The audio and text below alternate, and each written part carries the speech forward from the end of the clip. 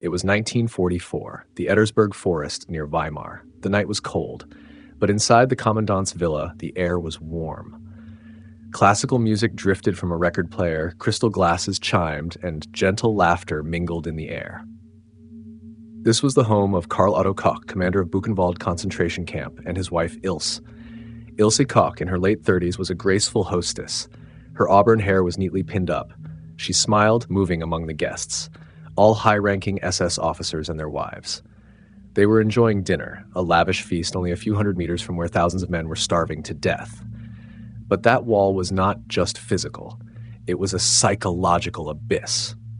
A Gestapo officer, perhaps having had a bit too much wine, gestured toward a small table lamp placed on the piano cabinet. It wasn't particularly ornate, but the light it cast had a strange, warm, almost opaque hue. "What an interesting piece, Madame Commandant," he slurred. "This texture. Goatskin? Goatskin?" Ilse Koch turned. She looked at the guest, then at the lamp. A reserved, almost condescending smile touched her lips. She walked over, her finger tracing the seam of the lampshade. "A local craft piece," she replied evenly. "A specialty of the region." The guest nodded, having lost interest, and turned back to the food tray, but Ilse lingered for a second by the lamp. The light illuminated her hand, a perfectly manicured hand. Suddenly, we are outside, in the shadow of the Appellplatz assembly ground, a muffled scream. A prisoner collapses onto the gravel. 2 SS guards stand over him, rifle butts still raised. "Get up," one snarled. The prisoner, a gaunt Polish man, only moaned. He was exhausted, perhaps dying.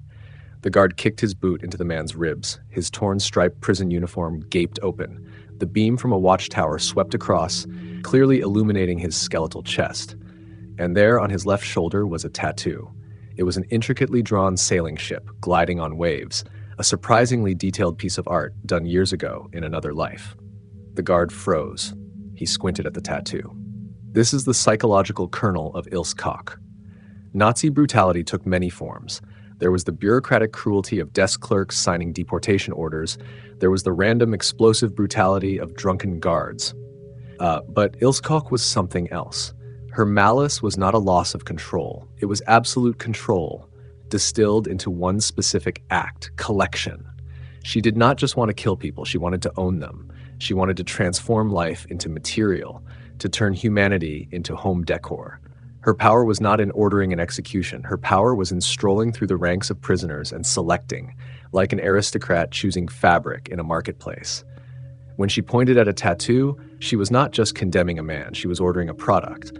What goes on in the mind of a person who can dine under the light cast by the skin of a victim? What allows a woman to stroke her dog while simultaneously ordering a human being skinned to make a pair of gloves? Is this the crazed alienation brought on by absolute power, a gradual moral decay in the dehumanizing environment of a camp? Or is it simply a release? The unveiling of a monster that had always been hidden beneath the surface of an ordinary library clerk in Dresden? The true brutality of Ilse Koch was not the screaming, it was the silence. It was the cold assessment, the eye of a collector seeking the next perfect item. To her, the prisoners were no longer human. They were not even enemies. They were just raw material.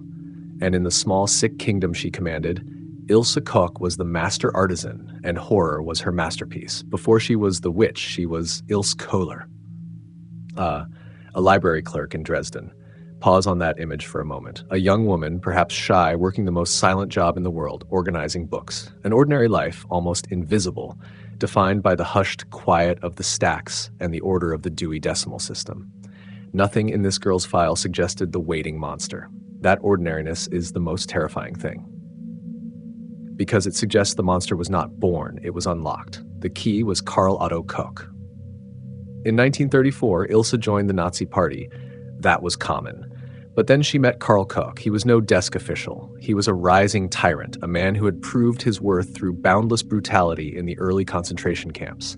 Karl was violence. He was raw power.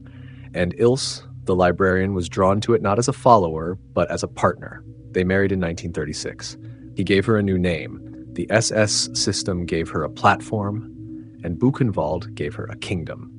Buchenwald was not just a concentration camp perched on the Ettersberg Hill, looking down on the city of Weimar, the cultural heart of Goethe and Schiller. It was a deliberate blasphemy. It was a deliberate blasphemy, and for the Kochs, it was their private fiefdom. Their villa, Villa Koch, sat right inside the campgrounds built with slave labor and materials plundered from the prisoners. This is where the transformation was completed. Ilse was not just the commander's wife, Frau Kommandant.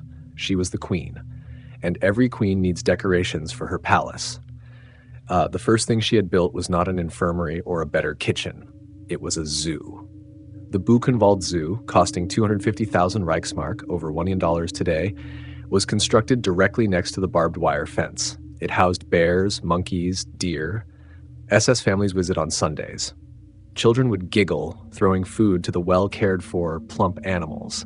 And only a few meters away across the fence was another kind of zoo. Thousands of prisoners, walking skeletons in striped suits, stood watching. They could smell the fresh food being prepared for the bears, while they starved on rotten turnip soup. This contrast was not an accident of war. It was a statement.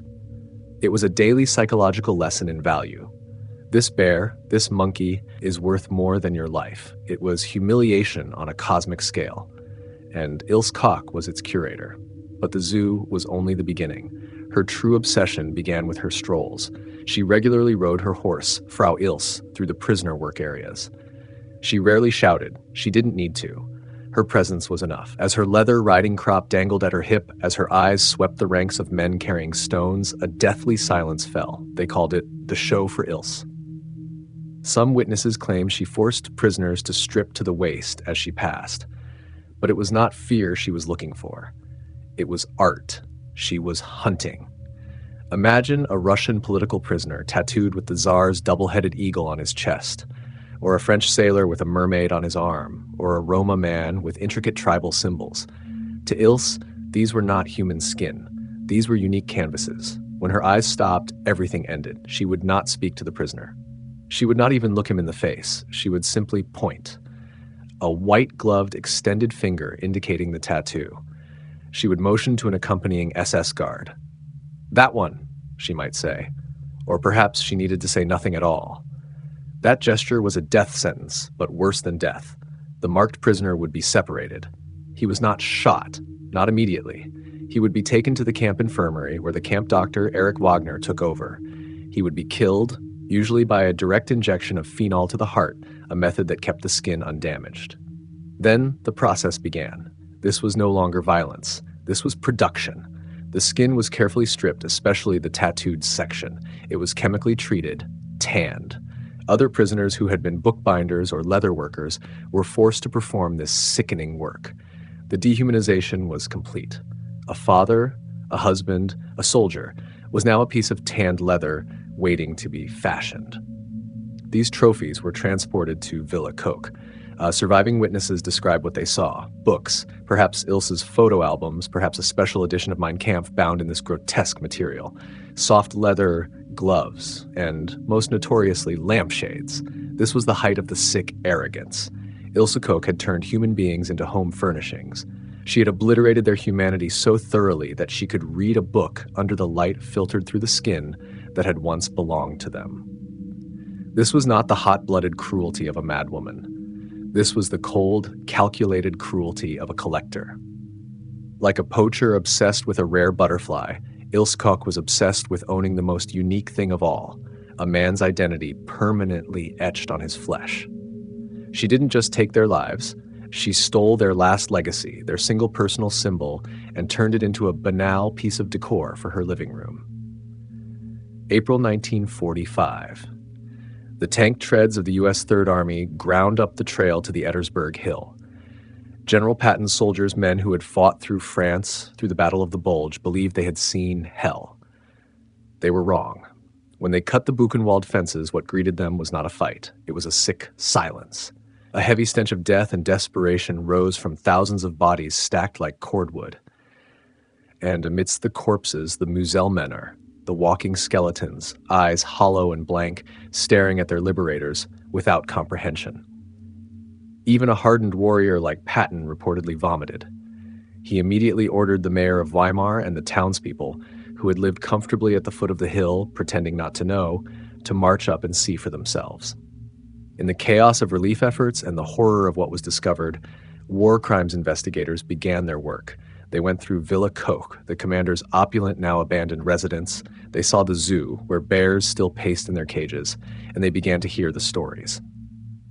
The survivors, voices still hoarse from malnutrition, spoke. They didn't just tell of starvation and beatings. They told of a more specific horror. They told of a woman on horseback. They told of tattoos. They whispered a name, Frau, the Lampshade lady. The hunt for Ilse Koch began, but there was a complication. Ilse was no longer at Buchenwald. She and her husband, Karl-Otto Koch, had actually been arrested by the SS itself in 1943. Not for crimes against humanity, the Nazi system didn't care about that, but for corruption and embezzlement. Karl Koch, the tyrant of Buchenwald, was shot by his own comrades just before the Americans arrived. But Ilse, she had been acquitted. She had fled Buchenwald's collapse and was living quietly, anonymously, near Ludwigsburg. On June 30th, 1945, U.S. Counterintelligence Corps, CIC agents knocked on her door. They did not find a uniformed witch. They found a middle-aged woman, plainly dressed. The Witch of Buchenwald, when cornered, was stunningly ordinary. The contrast was jarring. The monster of the tales was now just a trembling defendant. Or so it seemed. In 1947, the Buchenwald trial began at Dachau, an ironically symbolic location. Ilse Koch was the sole female defendant, sitting among 30 former SS guards, doctors, and camp officials. And this is when her psychological portrait was truly unveiled. What role would she play on the stand? The penitent? The zealot? No. Ilse Koch chose her final role, the innocent housewife. Ich bin nur eine Hausfrau, she told the court. I am only a housewife. She claimed she knew nothing of what went on outside her garden. She merely cared for the children, organized parties for her husband. She was a victim, swept up in her husband's machine. She portrayed herself as a dutiful wife, nothing more. But as the trial proceeded, a telling detail emerged, one even sicker than the Lampshade stories. It became clear. Ilse Koch, 40 years old, was pregnant while in Allied custody. This was no act of romance. This was a cold-blooded tactic. She had seduced one of her German fellow inmates, or perhaps an interrogator, reports differ. It was an absolute calculation. She was betting on the psychology of her conquerors. How could they hang a pregnant woman? How could they condemn a future mother? She was trying, desperately, to reshape her image from witch to mother, using her own body as a final shield. The arrogance of the act was stunning. She still believed she could manipulate the system, even as a prisoner. But then, the prosecutors presented the evidence. They never found the infamous lampshade. It had likely been destroyed long ago. But they found other things, secreted away in the camp infirmary. They placed them on the display table. Exhibit items 250 and 251, two shrunken human heads reportedly of Polish prisoners who had been killed and prepared as grotesque trophies. And then they produced the fragments of tanned skin. Pieces of human dermis, carefully processed, on which one could still clearly see the tattoos. A butterfly, an anchor, a heart. The courtroom fell silent. Reporters scrambled to write. Other defendants turned their heads. Ilse Koch. She did not cry. She did not shriek in horror. She did not faint. Witnesses at the trial described her reaction as one of annoyance. She looked at the pieces of human skin as if they were a bothersome stain on the carpet. When the survivors, shaking with both illness and fury, stood up and pointed at her, it was she. She chose my friend. Ilse only regarded them with contempt. Throughout the trial, she frequently yawned. She complained about the discomfort of the wooden chair. What was going on in that mind? Was this an innocent person in shock from false accusations? Or was this the complete psychological detachment of a predator who could not comprehend why she was being judged by creatures she considered inferior? The truth is, Frau Kommandant never left. Even in her prisoner's clothing, even while pregnant, Ilse Koch believed she was above them all. She did not see the prosecutors as executors of justice. She saw them as boorish interlopers, interrupting her life. Her arrogance was not broken, it was simply bored. Justice deferred, justice achieved. In August 1947, the U.S. military tribunal at Dachau delivered its verdict. Despite the pregnancy theatrics and the housewife defense, Ilse Koch was convicted and given a life sentence. Justice, it seemed, had prevailed. But the human machine of justice sometimes falters in strange, cold ways. 2 years later, in 1949, General Lucius D. Clay, the U.S. military governor of Germany, reviewed the case. Clay was an administrator, a soldier who followed rules. He did not look at public outrage, he looked at the legal record. And in that record, he saw a flaw. The prosecutors had displayed the skin pieces and the shrunken heads. They had presented witnesses who told of Ilse selecting tattoos. But they lacked one thing: direct proof. There was no signed order from Ilse, no photo of her holding a lampshade, no witness who had actually seen a prisoner killed on her direct order and then seen the finished product delivered into her hands. To General Clay, it was all hearsay and circumstantial evidence. The general brutality of Buchenwald was undeniable, but the specific crime of the lampshades could not be proven beyond a reasonable doubt. Based on this technical, cold analysis, General Clay made a decision that shocked the world. He commuted Ilse Koch's sentence from life to just 4 years imprisonment. Since she had already served most of that time, this meant the Witch of Buchenwald was about to be freed. The news exploded like a bomb. Outrage swept across Europe and America. Survivors felt slapped in the face. How could the collector of human skin be released on a technicality? This acquittal was a mockery of the tens of thousands of victims who died under the Koch's rule. But justice, when blocked at one door, finds another. The machine did not stop. On October 29, 1949, Ilse Koch walked out of Rebdorf military prison, breathing the air of freedom. She probably smiled, believing she had, once again, beaten the system. She was wrong. The moment her heel touched the pavement, 2 West German police officers stepped forward and handcuffed her. The new Germany, a nation desperately trying to cleanse its soul, could not tolerate this living symbol of depravity walking free. If Allied justice failed, German justice would act. The second trial began in Augsburg in 1950. This was no rushed military proceeding. This was a meticulous 7-week-long dissection. German prosecutors this time conducted a tireless hunt for evidence. They did not rely only on former prisoners. They called 250 witnesses. They brought in former SS guards who had taken orders from her. They brought in servants who had worked in Villa Koch. They brought in the very SS doctors who had once obeyed her will. And the image of Ilse Koch at this trial was entirely different. The arrogance had begun to crack. She was no longer pregnant. She was no longer the powerful Frau commandant. She was a weary, puffy 44-year-old defendant sitting in a stuffy German courtroom, being judged by her own countrymen. The testimony piled up. It painted an undeniable picture of a woman fully aware, actively participating, and reveling in her power. And then the final telling detail emerged, the final nail in the coffin. A former camp doctor was called. He testified that yes, Ilse Koch had been concerned with the leather products. He recalled one instance when she complained to him about a skin-bound ledger. What was her complaint? Not about its barbarity, not about its origin. She complained that the tanning was poor. It was too stiff. It was a complaint about product quality. In that moment, every pretense of the innocent housewife turned to ash. These were the words of a customer inspecting her sick purchase. On January 15, 1951, the verdict was delivered. The German court found no mitigating circumstances. They pronounced Ilse Koch guilty of incitement to murder, incitement to grievous bodily harm, and crimes against humanity. The sentence: life imprisonment with hard labor, with no possibility of parole. When the verdict was read, the glacial composure Ilse Koch had maintained for years finally shattered. The arrogance which had protected her from the truth of herself evaporated. No more witch, no more queen, just a cornered sinner realizing there was no escape. The machine of justice, slow and sometimes faltering, had finally gripped and would never let go. Ilse Koch spent the next 16 years in solitary confinement in Bavaria's Eichach prison. Every appeal, every plea for clemency was rejected. On September 1st, 1967, Ilse Koch, aged 60, took the bedsheets in her cell, braided them into a rope, and hanged herself. Justice, in the end, was not just the prison bars. For Ilse Koch, true justice was permanent exposure. History does not remember her as a wife, a mother, or a librarian. History remembers her only by the sick objects she coveted.